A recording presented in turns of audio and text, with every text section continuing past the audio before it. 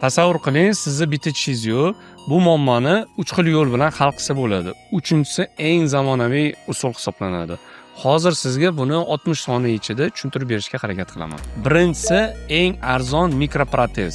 Mikroprotez yoki boshqachasiga babichka hisoblanadi. Tish yo'qotilgan zonani to'ldirishi mumkin, lekin bunda milklaringizni shikastlashi, travma bo'lishi va ovqat chaynashida juda ham noqulay hisoblanadi. Ikkinchisi massavidniy protez. Bundagi asosiy minus bu ikkita yon tomondagi sog'lom tishlar chaqlanadi.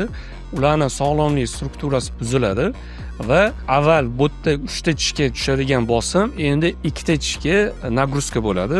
Shuning hisobiga bu ikkita yondagi tishlarning umri qisqaradi. Uchinchisi eng zamonaviy va sifatli hisoblangan bu tish implanti.